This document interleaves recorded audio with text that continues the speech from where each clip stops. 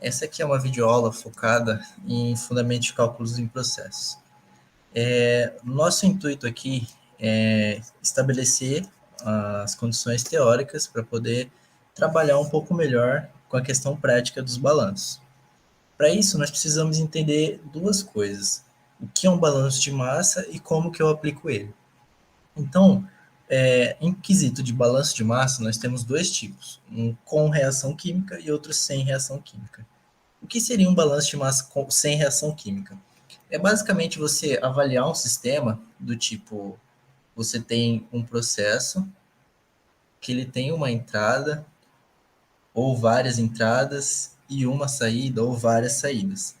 Então você tem que ter condições de contabilizar ou de alguma forma conseguir determinar o que entra e o que sai do seu sistema. Então, você tem as entradas e as saídas. E o que é o seu balanço exatamente? Nós podemos trabalhar com o balanço global, que vai nos falar o que está acontecendo nesse sistema. E aí entra a questão. Nosso balanço ele está trabalhando com um regime estacionário ou transiente. O que é um regime estacionário e o que é um regime transiente? O regime estacionário quer dizer que as propriedades do seu sistema elas se mantêm constantes ao decorrer do tempo. Um regime transiente quer dizer que ela varia em relação ao tempo. Porém, em fundamentos de cálculo em processos, como nós estamos no fundamento, então nossa ideia é focar no que é estacionário. O que é estacionário? Que não varia quanto tempo. Então quer dizer o quê?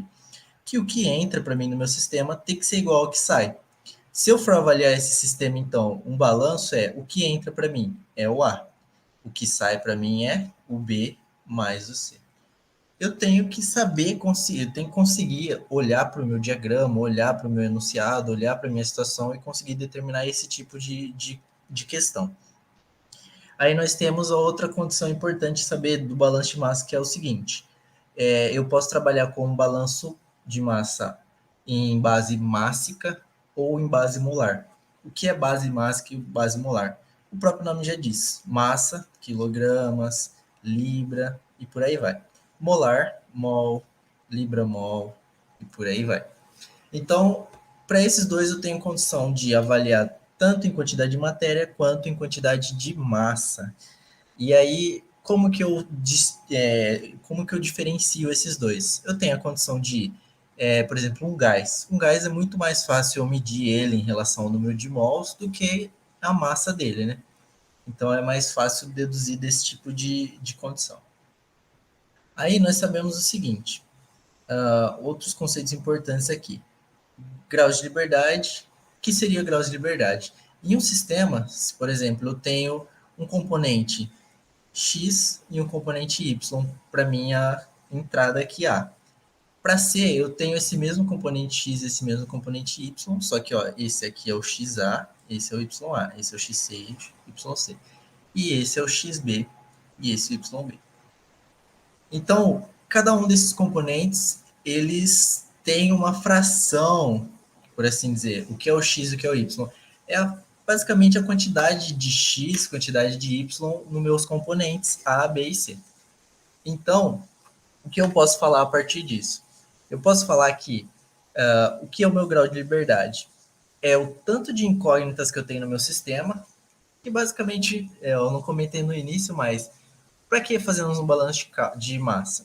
Para avaliar as condições de entrada e saída, para saber se o seu sistema está de acordo. Então, se alguma das variáveis não estiver de acordo, você vai encontrar um valor diferente, ou ele vai ser uma incógnita para você, porque você quer descobrir, ou para você tentar determinar ele. Né?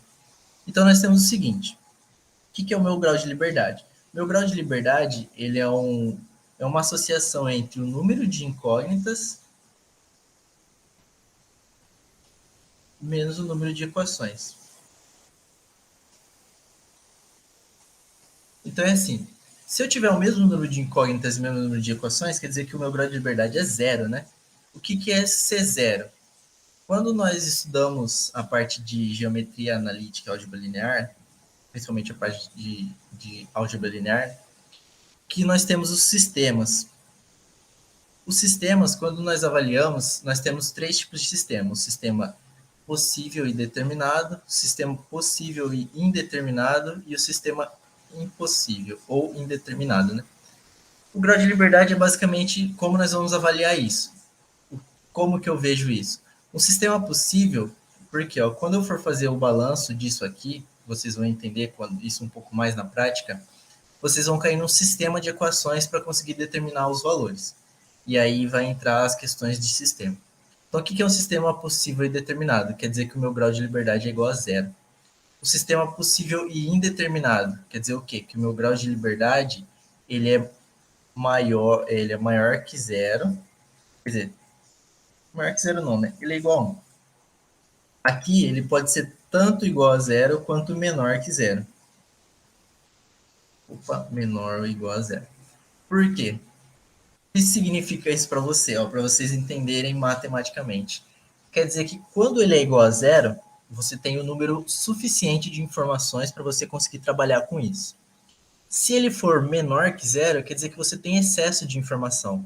E o que esse excesso de informação te diz? Quer dizer que você não precisa de tanta informação assim para resolver as suas contas, né, as suas equações. Então, essas informações são excedentes. Se você tivesse, por exemplo, um grau de liberdade de -1, quer dizer que se você tirasse qualquer uma informação desse sistema, você conseguiria resolver ele da mesma forma, porque o grau de liberdade dele seria zero. Aí, quando o grau de liberdade dele é igual a 1, o que acontece? Quer dizer, então, que você está com uma informação, você precisa de mais uma informação. E aí entra o nosso outro conceito, que é a base de cálculo.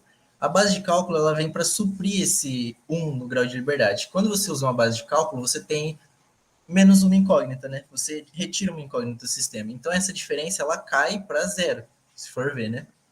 E aí você consegue resolver o seu sistema a partir disso. Mas, lembrando que para cada valor da base de cálculo que você der, o que vai ser a sua base de cálculo? Vai ser, por exemplo, uma entrada, a fração de algum componente, uma saída, e por aí vai. Então, quer dizer que para cada valor que você usar, você tem uma resposta diferente. Por isso que ele está em sistema possível e indeterminado, porque ele tem várias respostas, dependendo da sua base de cálculo. E, por fim, o nosso sistema indeterminado. O que é o nosso sistema indeterminado? Que é o grau de liberdade maior do que 1. Que aqui você, maior do que 1, você tem, por exemplo, 2. Então, quando você tem um grau de liberdade igual a 2, se você usa uma base de cálculo, seu grau de liberdade cai para 1. Então, quando ele cai para 1, o que acontece? Ele basicamente ainda fica faltando uma informação. Você não pode dar duas bases de cálculos no seu exercício. Basicamente isso.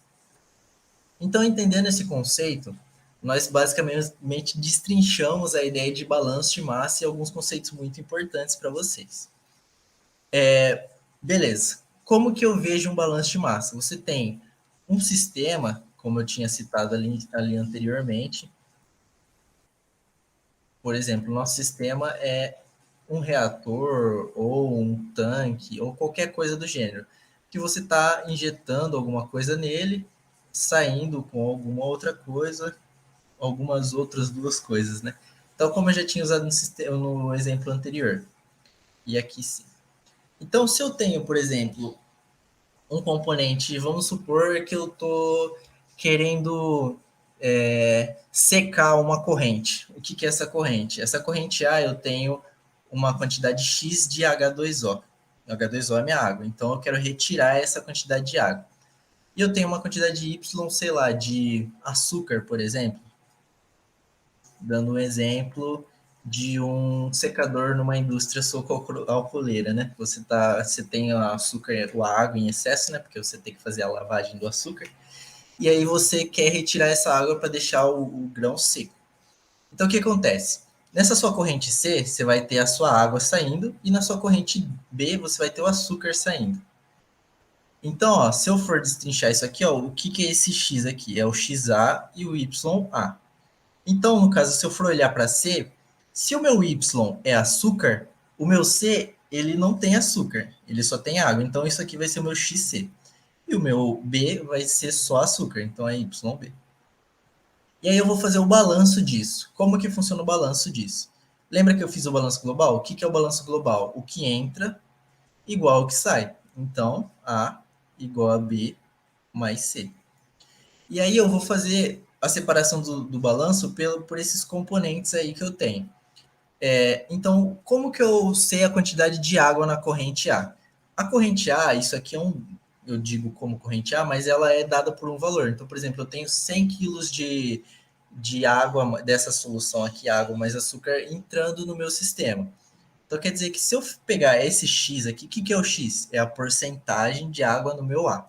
Então, se eu fizer isso aqui, ó, XA vezes A, não é a mesma coisa que eu falar que isso aqui é a quantidade de água na minha corrente A, e eu posso fazer isso para as outras duas correntes. Eu tenho água saindo em B? Não tenho. Então é como se eu fizesse zero vezes B. Mas eu tenho água saindo em C? Tenho XC vezes C. Então isso tudo eu estou avaliando quanto de água eu tenho em cada corrente. E de forma análoga eu vou fazer isso para açúcar. Então eu tenho YA vezes A igual YB vezes B mais YC vezes C, mas isso aqui é zero, né? Nós sabemos, e isso aqui também é zero. Então, isso aqui virou aquele sistema que nós comentamos. Então, eu tenho A mais A igual a B mais C, tenho XA vezes A igual a XC vezes C, e tenho YA vezes A igual a YB vezes B. Só que acontece o seguinte aqui para nós. No conceito também de álgebra linear, nós temos a dependência linear das nossas equações. Se vocês olharem aqui comigo, ó, se eu somar essas duas equações, eu não tenho essa equação de cima aqui, ó, porque o que é o meu A, se eu for avaliar o A? O A ele não é XA mais YA vezes o meu próprio A. Por quê? O que é esse XA mais YA? É 1. O que é esse 1? É o meu total na corrente. Então, eu tenho aqui, se eu estou falando isso de proporção, se eu tenho só dois componentes, eu estou dividindo essa proporção de dois componentes, né? Então, a soma dos dois tem que ser o total, né? Que seria o meu próprio A. Então, isso aqui é a nossa avaliação. Beleza? Das frações, tanto mássica quanto molar de qualquer corrente, tem que ser 1. Então, se eu tivesse três componentes nessa corrente, vocês concordam comigo, eu apareceria com um ZA aqui. Então, eu saberia que o meu XA mais YA mais ZA tem que ser igual a 1. Isso é uma informação importante para nós. Então, lembrando, voltando para aqui, ó, se eu somar XA mais YA, dá A. Se eu somar XC, C, eu só tenho o meu XC, né? Então, isso aqui é o meu próprio C, se eu for ver. Porque isso aqui é como se fosse 1, né? Se eu só tenho x ali, o x vai ser 1. Basicamente é essa ideia. E o y ali no b também vai ser a mesma coisa. Então o que acontece? Eu tenho três equações, mas eu não posso usar as três. Porque se eu usar as três, elas vão entrar em dependência linear. Nós queremos equações independentes linearmente. Então nós só trabalhamos com duas delas. É meio que não seria um macete, uma tática, mas pensa assim, sempre quando você vai avaliar o seu número de componentes. Quantos componentes você tem no seu sistema? Se você tiver dois, tiver três, você vai pensar o seguinte, com dois ou três componentes eu posso trabalhar de que forma? Eu vou chamar meus componentes de N. Então, o número de equações vai ser o quê? O número de equações que eu posso trabalhar. Assim, as equações mais básicas, né? Lógico que eu tenho a equação, por exemplo, de balanço de componente, balanço de componente não, a das frações, né? Que é mais uma equação. Mas então, basicamente, o número de equações vai ser o quê? N. Vai ser igual a N, o número de equações básicas, né? Então, o que é esse N? Ou é as equações de componentes, ou uma de componente e uma global. Para que você vai usar essa relação? Para você calcular o grau de liberdade quando for viável vocês calcularem e determinar se o seu sistema é possível de trabalhar. Então, basicamente, a partir dessa ideia, nós vamos trabalhar com um exercício para vocês meio que fixarem essa relaçãozinha aí, que é uma relação muito importante, e também meio que introduzir vocês no caminho do balanço de massa, sem reação química, é claro. Então, por hoje, por enquanto é só, né? Vamos para a próxima trabalhar com balanço de massa com reações químicas, e aí depois nós vamos uma sequência só de exercícios. É isso, então. Muito obrigado.